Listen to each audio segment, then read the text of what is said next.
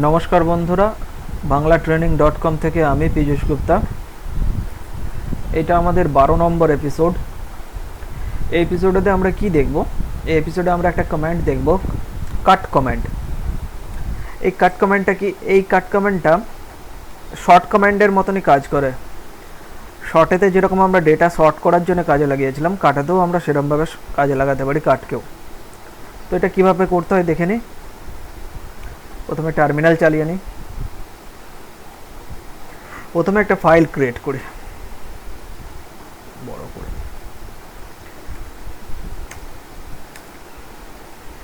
Cat names, এখানেও names দিয়ে একটা ফাইল ক্রিয়েট করছি। এই ফাইলে আমার 3টে কলাম থাকবে। এক্সেলে যেরকম কি থাকে, কলাম থাকে, তার সাথে সাথে রো থাকে, সেরকমই আমার এই ফাইলটাতে কলাম থাকবে, রো থাকবে, মাল্টিপল ডেটা এন্ট্রি থাকবে, অর্থাৎ একাধিক তথ্য এখানে রাখা হবে, একই ধরনের তথ্য। তো প্রথমে যে ফিল্ডটা থাকবে, যে কলামগুলো থাকবে, সেগুলোকে ঠিক করে নিই। নাম,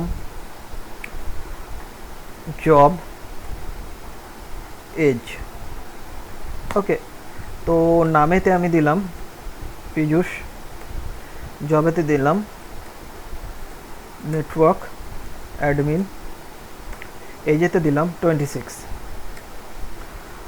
তারপরে আরেকটা নাম দিই প্রত্যুষ, পিএইচপি প্রোগ্রামার,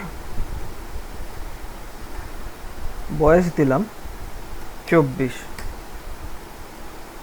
আরেকটা দিই কুমকুম, জবে দেব হোম মেকার, বয়স দেবো 41। তো এবারে আমরা ফাইলটাকে সেভ করি। ফাইলটা সেভ করলাম। এবারে ফাইলটাকে রিড করি, দেখি ডেটাটা আমাদের ঠিকঠাক গেছে কিনা, সেভ হয়েছে কিনা। আমাদের ডেটা ঠিক সেভ হয়েছে। এখানে 3টে কলাম, জব অ্যান্ড এজ, নাম, জব অ্যান্ড এজ। তো সাপোজ আমি কারোর নাম দেখতে চাই আর বয়স দেখতে চাই, তার প্রফেশনটা দেখতে চায় না, অর্থাৎ তার জবটা দেখতে চায় না, কাজটা দেখতে চায় না। সেক্ষেত্রে কি করতে পারি? কাট মাইনাস ডি, ডি অর্থাৎ ডিলিমিটার। ডিলিমিটার ক্যারেক্টার আমি স্পেসিফাই করছি এখানে, অর্থাৎ বিভেদক ক্যারেক্টার যেটা, সেটাকে আমি স্পেসিফাই করে দিচ্ছি। বিভেদক কি? বিভেদক অর্থাৎ এই যে প্রত্যেকটা কলাম আছে, কলামের মধ্যে বিভেদক হিসেবে একটা ক্যারেক্টার কাজ করছে, যেটা হলো এই মাইনাস ক্যারেক্টারটা, এই মাইনাস ক্যারেক্টারটা। তো বিভেদক হিসেবে আমি এটাকে সাইন দিয়ে মাইনাস ক্যারেক্টারটাকে এখানে ডিফাইন করে দিলাম। এমন কিছু শক্ত নয়, একটু বুঝবার চেষ্টা করুন, বুঝে যাবেন। কাট মাইনাস ডি, আর ডবল কোলনের মধ্যে আমি কি দিলাম, ইনভাইটেড কমার মধ্যে আমি কি দিলাম, বিভেদকটাকে ডিক্লেয়ার করলাম, এটা আমার বিভেদক ক্যারেক্টার। তারপরে মাইনাস এফ, দেন একটা স্পেস, তারপরে আমি যে ফিল্ডগুলো দেখতে চাইছি, এটাকে যদি আমি বিভেদক ধরি মাইনাসটাকে, তাহলে আমি প্রথম ফিল্ডটা দেখতে চাই অর্থাৎ নাম, আর তৃতীয় ফিল্ডটা দেখতে চাই অর্থাৎ বয়স। তো এখানে আমি লিখব 1,3। তারপরে আমি দেবো ফাইল নেমটা আমার কি নামে আছে, নেমস নামে। এন্টার দিলাম। তো কি দেখাচ্ছে? পীযূষ 26, প্রত্যুষ 24, কুমকুম 41। তো আমি এটাকে একটু চেঞ্জ করে নিই। আমি চাই শুধু কি কাজ করে আর তার এজ কত, নাম দেখতে চায় না। তো আমি টাইপ করব কাট মাইনাস ডি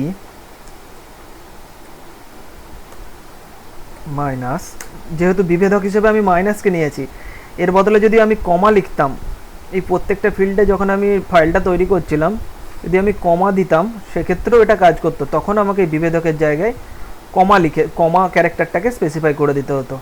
সেটাও আমরা একবার দেখে নিই, আপনাদের ডাউটটা বেশি ক্লিয়ার হবে তাহলে। 3, দেন ফাইল নেম, এখানে দেখাচ্ছে network admin 26, PHP programmer 24, home maker 41।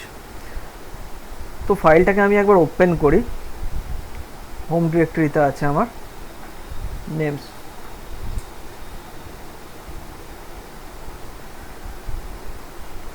তো এখানে আমি কি করব, ফাইন্ড অ্যান্ড রিপ্লেস করে দেবো, তাহলে সব কিছু একবারে রিপ্লেস হয়ে যাবে। Search for minus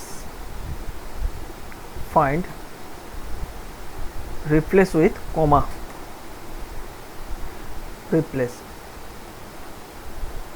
replace all করে দিলাম। তো আমার এখানে ফাইলটা পুরোপুরি চেঞ্জ হয়ে গেল, সেভ করে দিলাম। এবারে আমি এখানে কি করব, লিখব কাট -d। এবারে বিভেদক ক্যারেক্টার হিসেবে আমি কমাকে স্পেসিফাই করলাম -f। আমি নাম আর এজটা দেখতে চাই, তাহলে 1 নম্বর কলাম আর 3 নম্বর কলাম। এবারে ফাইল নামটা স্পেসিফাই করি, এন্টার। পীযূষ 26 প্রত্যুষ 24 কুমকুম 41। তো এভাবে আমরা সিএসভি ফাইল যেগুলো হয়, অর্থাৎ কমা সেপারেটেড ভ্যালু ফাইল যেগুলো, হয়তো আপনাদের নোকিয়া ফোন থাকলে আপনারা জানবেন, বা অ্যান্ড্রয়েড ফোন থাকলে আপনারা জানবেন, যখন আমরা কোনো কন্ট্যাক্ট লিস্টকে, অর্থাৎ যে টোটাল কন্ট্যাক্টটা আছে আমার ফোন মেমোরিতে, সেটাকে যদি আমি সিঙ্গেল একটা ফাইলে ব্যাকআপ হিসেবে তুলে রাখতে চাই অন্য ফোনেতে ইম্পোর্ট করানোর জন্য, অথবা আমার একটা পুরাতন ফোনের কন্ট্যাক্টগুলো নতুন ফোনে আনতে চাই, সেক্ষেত্রে আমি একটা সিএসভি ফাইল জেনারেট করে, নোকিয়া ফোনেতে এটা আমি ইউজ করেছিলাম আগে, খুব কমই ইউজ করেছি, অ্যান্ড্রয়েড ফোনেতেও এটা করা যায়, আমি অ্যান্ড্রয়েড ফোনেতে এটা ইউজ করি বেশি। তো ফাইলটা জেনারেট করে আরেকটা ফোন থেকে অন্য একটা ফোনে নিয়ে নিলাম, দিয়ে সেখান থেকে ইম্পোর্ট করে নিলাম, তাহলে কন্ট্যাক্টগুলো ইম্পোর্ট হয়ে যায়। তো এই সিএসভি ফাইলে কীভাবে এন্ট্রিগুলো থাকে, এইভাবে কমা দিয়েই নাম আর ফোন নাম্বার, ইমেল আইডি, এগুলো ওখানে ডিটেলগুলো দেওয়া থাকে। আর নতুন ফোনটা এইভাবেই সিএসভি ফাইলগুলোকে রিড করে। তো আজকের মতো এই এপিসোডটা এত দূরই। প্লিজ সাবস্ক্রাইব করুন, লাইক করুন, শেয়ার করুন। ধন্যবাদ।